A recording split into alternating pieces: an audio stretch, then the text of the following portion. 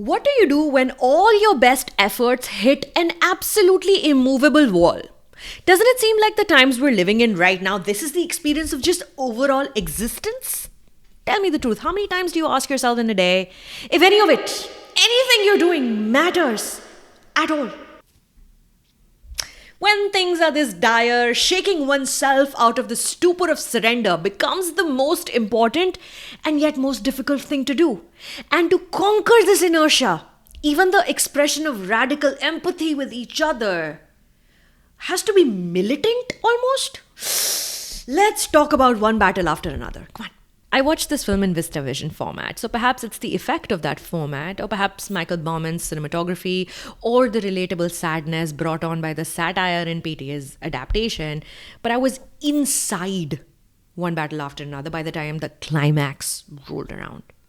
The director said in a Q&A right after the screening I was watching that because he has 4 kids IRL, he has no option but to live a life of optimism. A sentiment that is visible in One Battle After Another, his most approachable film so far.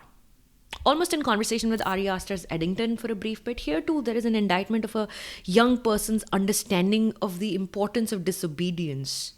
But unlike Eddington, here the caricature gives way to characters suffering deep-rooted, long-held hurt that has had no place to escape and hence has burst out, causing maximum commotion. With One Battle, PTA also leans a little more heavily toward his reverence for women in positions of power and why men have always been worried about the potential of women with influence and with means.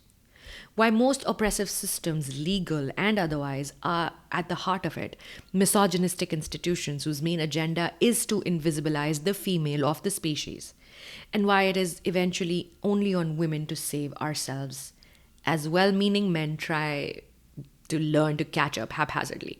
And these studies are not presented as a solution to this fraught relationship between might and gender.